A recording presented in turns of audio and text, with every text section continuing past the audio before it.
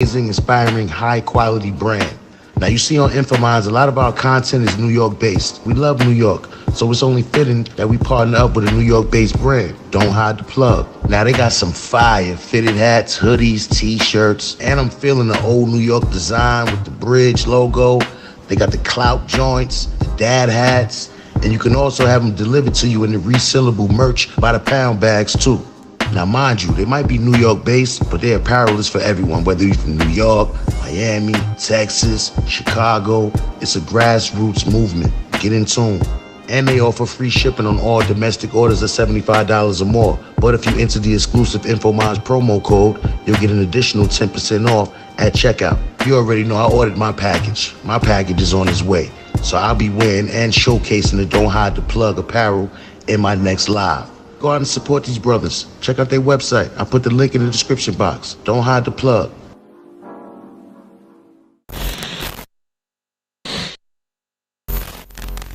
Prejudice. The 18th century conversation pieces, as they were called, frequently had black servants in attendance as symbols of wealth, but also as symbols of servitude. Some black people could flourish in this gilded setting, but others ran away or were abandoned to join a growing underclass of sailors, entertainers, peddlers and thieves, now thronging England's cities. Many were desperately poor. Many of them were beggars. You have rabbit sellers, you have market sellers, you have fairground performers, you have strolling actresses. They did whatever they could. They were highly visible in many areas of English life. By the 1770s, there were up to 15,000 black people in England's cities. Among them was one runaway who was to strike the first blow in the battle for freedom. The abolition struggle began almost by accident, sparked by a runaway black servant, one of thousands living in fear of the slave owners.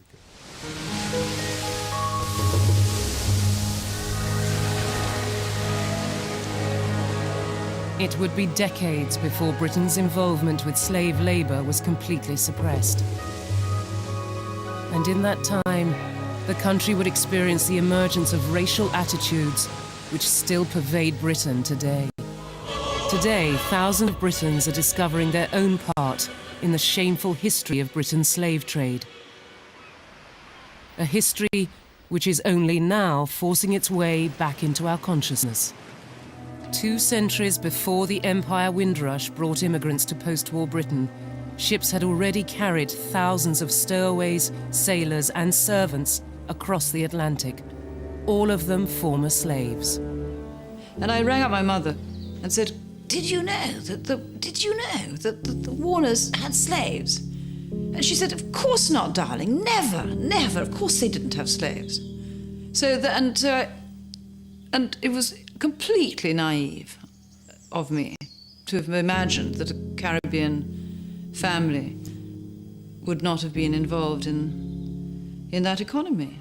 For over 300 years, the Warners played the part of a successful upper-crust English family. Their most famous son, Sir Pelham, captained and managed England's cricket team at the turn of the century. But he learnt his cricket back home, in the Caribbean. To most Britons today, the Caribbean islands are just a holiday paradise. But away from the sandy beaches, these islands hold the secrets of a forgotten history. Great houses stand empty, a mute testament to 400 years of British occupation. Some of the worst aspects of slavery are that memories are broken, and chains of memory are broken. And one of the differences between coming from the sort of family I come from is that there's a record. William Beckford inherited a fortune from his father's Jamaican plantations.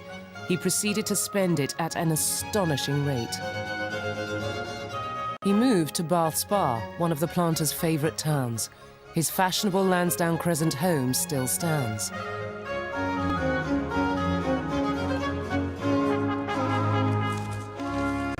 Robert Beckford is a young theologian from Birmingham. He is probably descended from Beckford plantation slaves. but he thinks that there's also a slave owner, a white Beckford among his ancestors. My interest in him is regarding my name. My name is Robert Beckford. William Beckford and his father, Alderman Beckford, to put it bluntly, owned my ancestors. There were slaves on their plantations in Jamaica. So my interest is in finding out the white side of my family, which is related to the Beckford family. In Jamaica, the Kumina ritual is a remnant of the secret life of slaves, a reminder of the homes they'd left an ocean away. In the Caribbean, slaves now outnumbered whites 10-1, but white rule offered no room for rebellion. There's a law which says that if a slave raises his hand to hit a white man, he can have his hand amputated. This was the sort of regulation that you actually had. These laws were now being passed directly by the Jamaican House of Assembly, which was dominated by planters, and generally approved in the House of Commons. Many plantation owners were leaving the Caribbean, entrusting the management of their estates to overseers. These men were Creoles, white West Indians born in the islands. Overseers were hard-driving people. They were often cruel to the slaves, although they weren't always. And they sometimes robbed their employers, and they really wanted to get production up and look good on the bottom line, and that they did. And it was done at the cost of the slaves that worked the plantation in many cases. Chapter 1, West Indies. I was born in the island of Trinidad in the West Indies, where my father was at one time Attorney General. And my earliest recollections of cricket are of batting on a marble gallery to the bowling of a black boy who rejoiced in the name of Killibree. The glass windows of the bedrooms which ran along this gallery were often broken, and my father would say that I should come to a bad end. But perhaps he derived consolation from the bowler, who used to remark, "Beg pardon, sir, but I tell you, sir, Mr. Pelham, he make a fine bat, sir, when he grow big." Marina Warner's grandfather is part of a history which stretches back more than 3 centuries, but which the family had chosen to neglect. I had known my grandfather as a shrunken old man in South Kensington, and that this is where he started was a huge surprise. The Pinney family had trepidation about selling most of their estates to Edward Huggins and his sons because they felt that he was a bit cruel, and they were really worried about what would happen to those estates that they had originally owned. He started as an overseer of a sugar estate when he was just 19 years old. He had no education except what he had here, because he was born in Nevis. He was the first generation here. I think basically in those days the fittest survives, and I think that Edward Huggins was really tough, and he didn't stand for any nonsense. The slaves saw Huggins for what he was. They began to run away, first one by one, then in groups. Huggins had them caught and brought them back to the market square for a public flogging. The first Negro received 365 lashes. Mr. Huggins gave another Negro man 115 lashes, and to a woman 110 lashes. The woman who received 291 lashes appeared young and was most cruelly flogged. The flogging took so long that the drivers had to alternate laying the lashes on because it was too much for one man to do, in spite of the fact he was quite strong.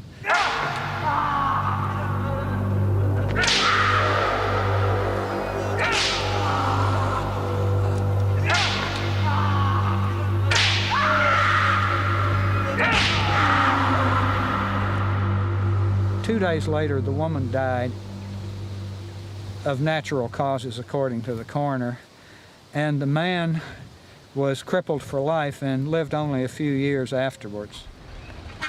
Even Huggins' fellow planters in the Nevis Assembly were appalled.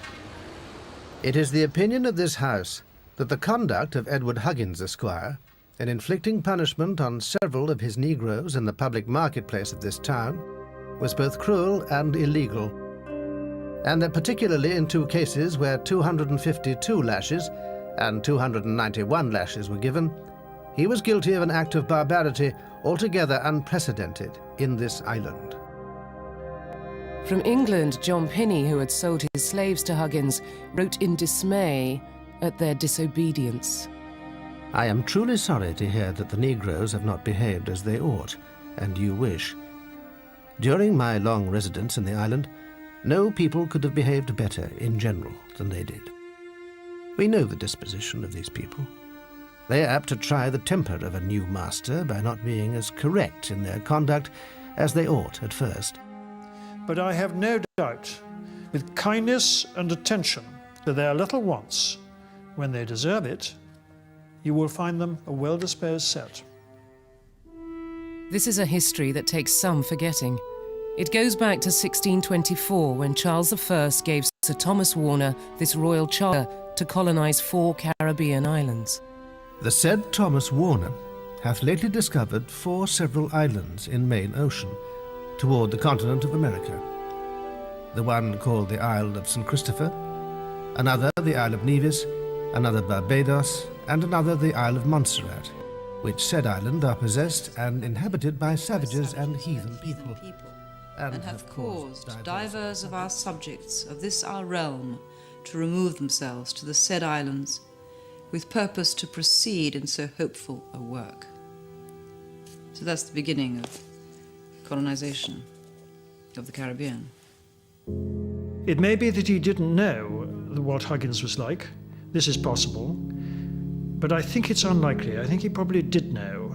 And I think he probably, for commercial reasons, sold these slaves to Huggins. Huggins was tried in the island's courthouse by a jury of white plantation owners. He was acquitted.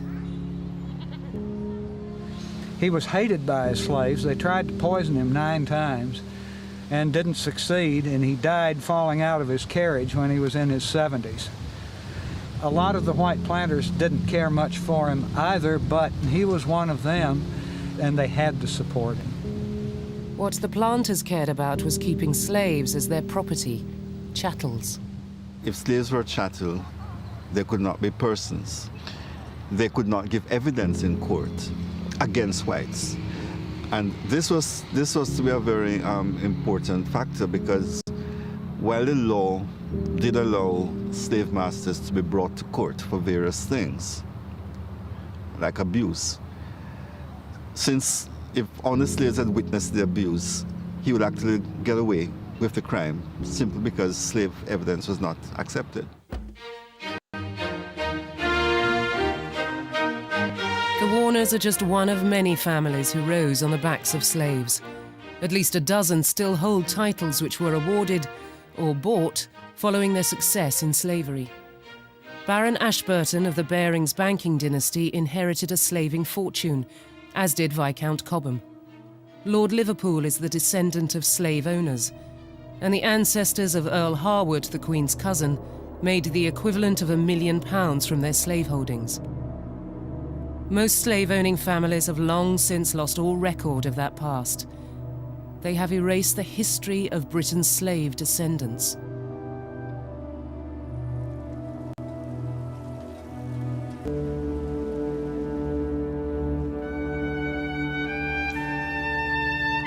Today, many of their descendants still live here. In the archives of Liverpool Library, one young man is seeking a link to his slave past.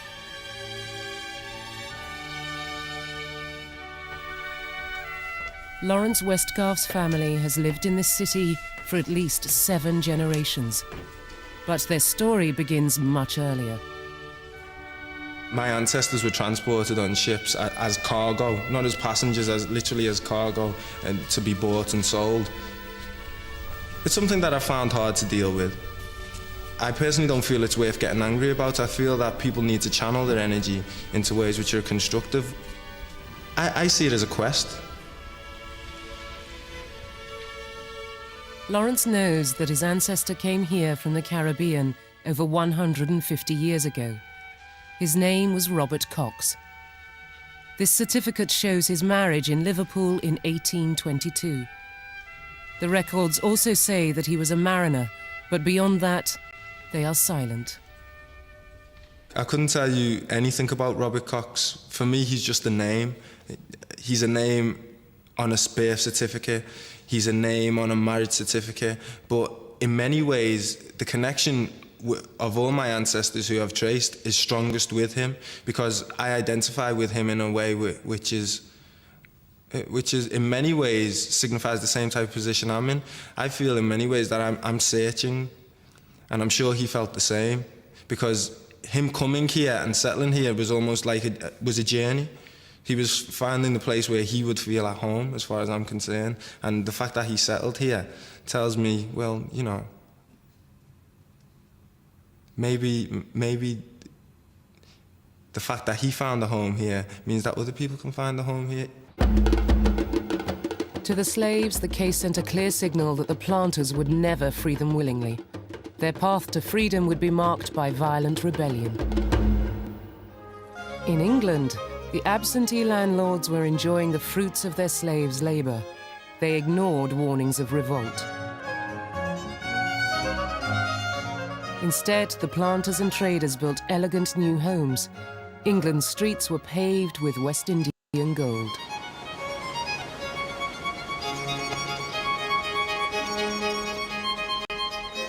They did show off.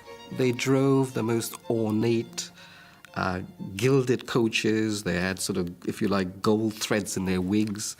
They behaved with a certain kind of arrogance because they had money. And so they became not only despised, but also feared. As one aristocrat put it, they drove up the price of venison, which of course is the noble meat reserved for the aristocracy. But now these people, these social upstarts, could buy venison. They drove up the prices of seats in Parliament because they were able to buy themselves into Parliament. So they were despised for buying themselves privilege. The planters wanted to join high society. Instead, they were ridiculed. This tower was William Beckford's retreat and treasure house at the top of Lansdowne Hill. There was this sumptuous drawing room, which it was called the Crimson Drawing Room, which was the room where Beckford did have